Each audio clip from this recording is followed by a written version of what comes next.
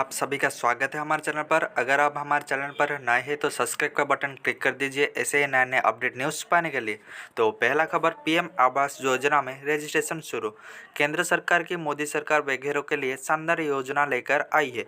इस क्रम में केंद्र सरकार ने पीएम आवास योजना शुरू की है। इस योजना के अंतर्गत केंद्र सरकार गरीब जरूरतमंद लोगों को मुफ्त में आवास उपलब्ध करा रही है। आपकी जानकारी के लिए बता दें कि प्रधानमंत्री आवास योजना के लिए आवेदन प्रक्रिया शुरू हो गई है।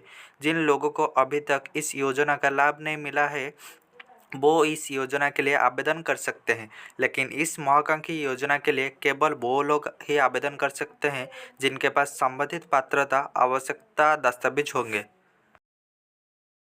पुष्पा 2 को मिला हिंदी दर्शकों का सहारा। पुष्पा 2 को रिलीज हुए एक हफ्ता पूरा हो चुका है। फिल्म ने हर दिन एक नया रिकॉर्ड बनाए हैं, जैसे सबसे बड़ी ओपनिंग लेने वाली इंडियन फिल्म बन गई है। सबसे ज़्यादा वीकेंड कलेक्शन करने वाली इंडियन फिल्म बन गई है।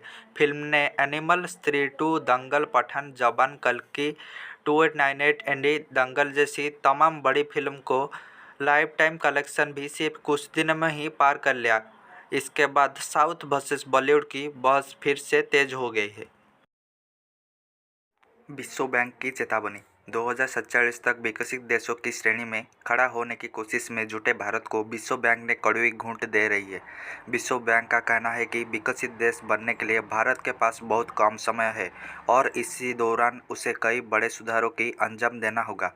अगर भारत ऐसा नहीं कर पाता है तो उसे अमेरिका की मौजूदा इकोनॉमी के एक चौथाई बनने में ही 75 वर्ष लग जाएंगे। हालांकि यह टिप्पणी विशेष तौर पर प्रति व्यक्ति आय के संदर्भ में है।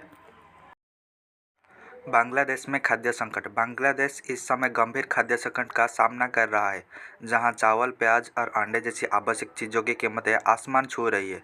घरेलू उत्पादन में कमी और वैकल्पिक देशों से आपूर्ति सुनिश्चित न होने पाने के कारण यूनिट सरकार भारत पर भारी निर्भर हो गई है। हाल ही में भारत ने बांग्लादेश को 100 टन चावल की आपूर्ति की और अगले दिन महीनों में 100 टन और भेजने की योजना है। 18 महीने के डीए एरियर पर आया जवाब। केंद्रीय कर्मचारियों को महंगाई भत्ता और महंगाई राहत पर बड़ी खुशखबरी मिल सकती है।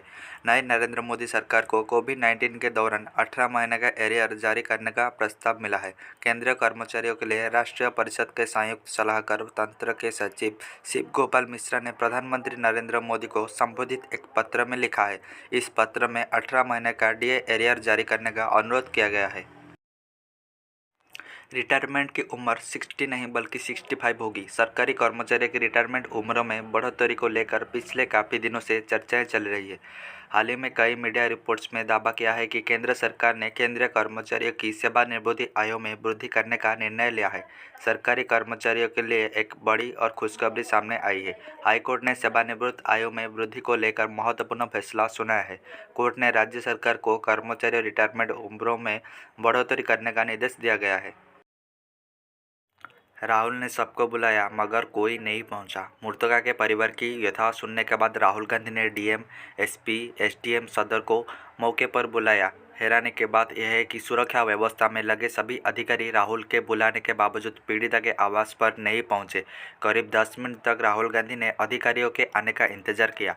इसके बाद राहुल की टीम में शामिल नेताओं ने फोन कर अधिकारियों से संपर्क साधने की कोशिश की, लेकिन किसी भी अधिकारी ने फोन नहीं उठाया। एक्टर अल्लू अर्जुन पर बड़ा एक्शन। अभिनेता अल्लू अर्जुन की फिल्म पुष्पा 2 द रूल की स्क्रीनिंग के दौरान एक और दुखद घटना सामने आई है।